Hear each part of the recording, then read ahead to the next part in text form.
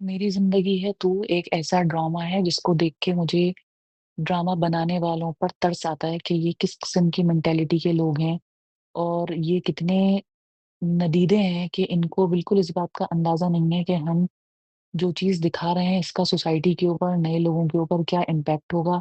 ना इनको ये पता है कि इनकी अपनी वैल्यूज़ क्या हैं। बस आपके हाथ में कैमरा आ गया और आपको ये ईज़ मिल गई या आपको ये अपॉर्च्युनिटी मिल गई कि आप कोई चीज़ बनाएँ तो आपने ये बकवास बनाई है। इंतहाई बेहुदा, फ़ज़ूल और वाहियात ड्रामा है।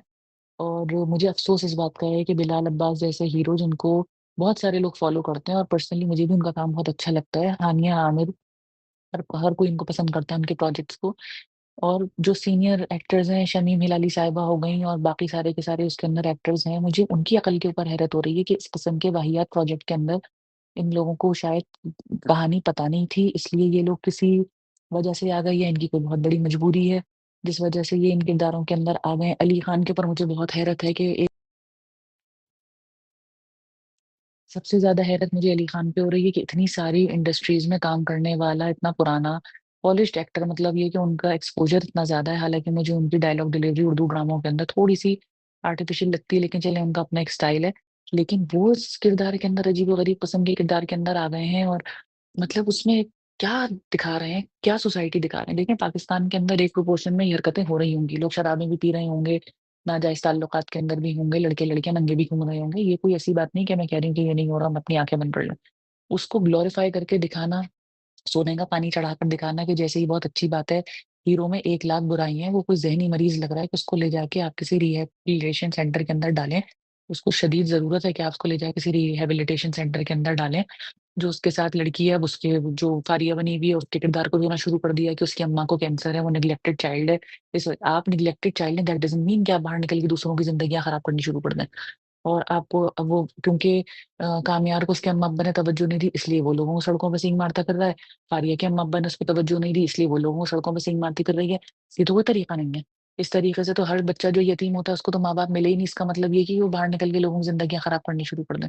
जब आप बड़े इनफ हो गए कि आपके पास अब ज़िंदगी में अपनी मर्ज़ी से वक़्त गुज़ारने का रास्ता है, तब आप अपने माँ-बाप को ब्लेम नहीं कर सकते। ऐसा नहीं होता कि आप जो है वो 18 साल की उम्र के बाद चोरी करें या आप जो है वो चोरी करने के लिए जाएँ तो सज़ा जेल में आप ही को मिलेगी, क्या आपने चोरी करी है। ये नहीं कहेंगे कि आपके माँ-बाप ने आपको नहीं सिखाया था लिहाज़ा अब आपकी चोरी माफ़ है, ऐसा नहीं होता। तो इसलिए ये इनका जो दिखाने का एंगल है कि आप उस पर तरस खाएँ हीरो पे कि उसके बेचारे को एक ज़हनी मर्ज़ है, तो इस वज़ह से आप उसके ऊपर तरस खाएँ और उसके साथ हमदर्दी करें, उसको अच्छा आदमी समझें, ये बिल्कुल एक फ़ज़ूल बात है। और जितनी भी माशरती बुराइयाँ हो सकती हैं ना, सोसाइटी में जितनी बुराइयाँ हो सकती हैं, वो सारी इन्होंने इस ड्रामे में दिखा दी हैं और उनको जिस अंदाज़ में दिखाया है, वो ऐसे दिखाया है कि कच्चे ज़हन बच्चों का जो ज़हन है, वो देख के उनसे बड़ा मुतासिर हूँ कि अच्छा यार ज़िंदगी ये है मज़े की कि आप बड़ी-सी गाड़ी में घूम रहे हैं, लाखों रुपए खर्च कर रहे हैं, इतनी हज़ारों करोड़ों रुपए की आपने जो है वो तोहफ़े-तोहफ़े लड़की को दे दिए, अब इतना पैसा है आपके पास और आप कॉलेज में पहुँच गए और हाथ पकड़ लिया लड़की का, थप्पड़ मार दिया उसके जो दूसरा उम्मीदवार था अली रहमान उसको। तो ये एक इतना मतलब मुझे समझ में नहीं आता कि मैं तो सोचती हूँ मतलब देखा नहीं जाता मुझसे ये ड्रामा। रिव्यू लिखना होता है कभी-कभार क्योंकि कुछ ड्रामों के रिव्यूज़ जो होते हैं वो लोग ज़्यादा सुनना चाहते हैं, चाहे वो बुराई सुनना चाहते हैं या वो हर आदमी के पास ये अपॉर्च्युनिटी नहीं होती कि वो टाइम निकाले, लिखे या उसके ऊपर बात कर सके। तो इसलिए मैं इस ड्रामे के बारे में छोटी-मोटी बात कर लेती हूँ क्योंकि देखिए जहाँ हम चीज़ों की तारीफ़ें करते हैं ना, वहाँ हमारी ये ज़िम्मेदारी भी बनती है कि अगर हम कोई बुराई देखें तो उसको अपनी कैपेसिटी में आप उसको जिस हद तक रोक सकें। अम, तो आप जब ड्रामों की अच्छाइयाँ कर रहे हैं मैं पर्सनली पाकिस्तानी ड्रामा बहुत पसंद करती हूँ, मैं बहुत शौक से देखती हूँ। दुनिया के हर तरह के कंटेंट में मेरी प्रेफ़रेंस जो है हमेशा वो पाकिस्तानी ड्रामा होता है क्योंकि मैं उससे रिलेट कर सकती हूँ, मेरी सोसाइटी है, मेरे लोग हैं, मेरी ज़बान है। तो अब जब उसके अंदर कोई चीज़ इतनी हद से गुज़री हुई दिखा रहे हैं, तो उसके ऊपर बात करना भी मुझे लगता है कि किसी हद तक ज़िम्मेदारी है। तो इस ड्रामे को उन्होंने जिस तरीके से बनाया है, उसमें दिखाया है कि दादी कॉन्स्टेंटली जो है वो बहू और बेटे के ऊपर ज़िम्मेदारी डाली जा रही है, तुम दोनों, तो दादी क्या कर रही थी? ये लड़का अमेरिका से पढ़कर तो नहीं आया बस वक़्त, पाकिस्तान में ही पला-बड़ा है। क्योंकि अमेरिका में जाके तो ये हरकतें करेगा कि किसी की गाड़ी चला दी, कुछ कर दी, तो 2 दिन उसको जूते मार के बाहर निकाल देंगे, तो ये हरकतें तो ये पाकिस्तान में ही कर सकता है बैठ के। तो दादी कहाँ थी? दादी को नहीं पता था कि पोता देर से आ रहा है। अगर अम्मा-अब्बा के काबू का नहीं था, तो दादी काबू कर लेती और अगर किसी के काबू का नहीं था, तो उसको मतलब ये कि गले में पट्टा डालती, जो कुछ भी उसके वो करती। बैठ के वो मुसलसल इल्ज़ाम लगा रही हैं बहू और बेटे के ऊपर। जिस वक़्त उस लड़के की पहली दफ़ा रिश्ता लेने के लिए अम्मा-अब्बा गए हैं, जब वो चुप का ताला मुँह पे लगा कर गए थे, उस वक़्त दादी साथ क्यों नहीं गई थी? बड़ी उम्र की औरत को देख के आयरा की फैमिली जो थी वो तो इतनी समझदार और है कि वो एक बड़ी औरत की बात को समझते और उनको इज़्ज़त देते और सुनते। उस वक़्त ये साथ नहीं गई।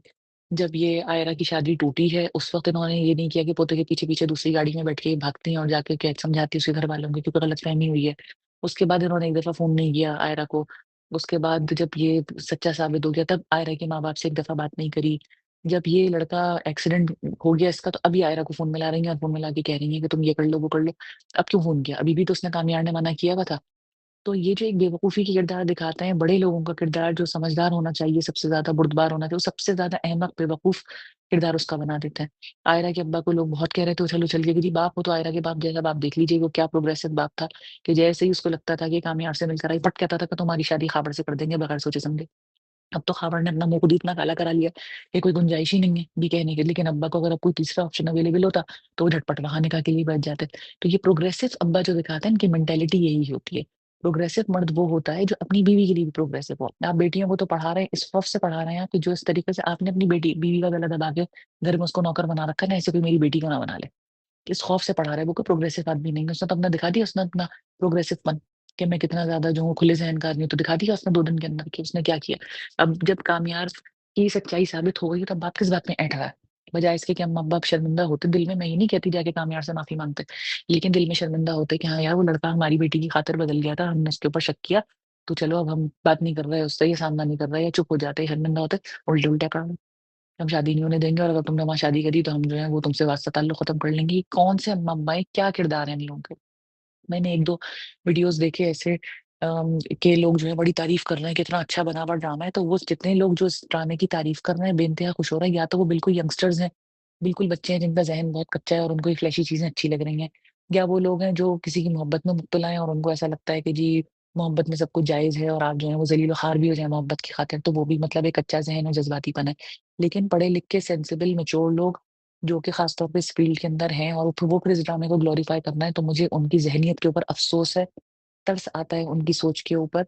और मैं इस बारे में क्या कह सकती हूँ कि वो इतने अपनी जो नफ़्सानी ख़्वाहिशात हैं और अंग्रेज़ बनने की जो उनकी एक कोशिश है कि खुदा के लिए हमें अंग्रेज़ समझ लो, कि हम शराबें पिएँ खड़े होके और नाचें कहीं खड़े होके, और हमारी हर गलती का जो इल्ज़ाम है हम अम्मा-अब्बा के ऊपर, उनकी तरबियत के ऊपर उठा के रख दें कि जी हमारे अम्मा-अब्बा को कुछ पता नहीं था।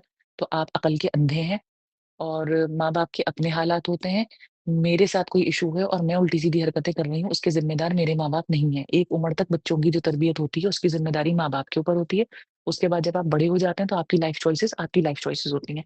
आप जब स्कूल जाकर पढ़ते हैं, तो आपको इस बात का पता चल जाता है, अच्छाई और बुराई, गुनाह और सवाब, हराम और हलाल की तमीज़ कर लेने के आप अहल होते हैं। अगर अब भी आप सारी गलत चीज़ें चूज़ कर रहे हैं, तो ये आपकी पर्सनल चॉइस है। अपने अम्मा-अब्बा को ब्लेम करना बंद करें।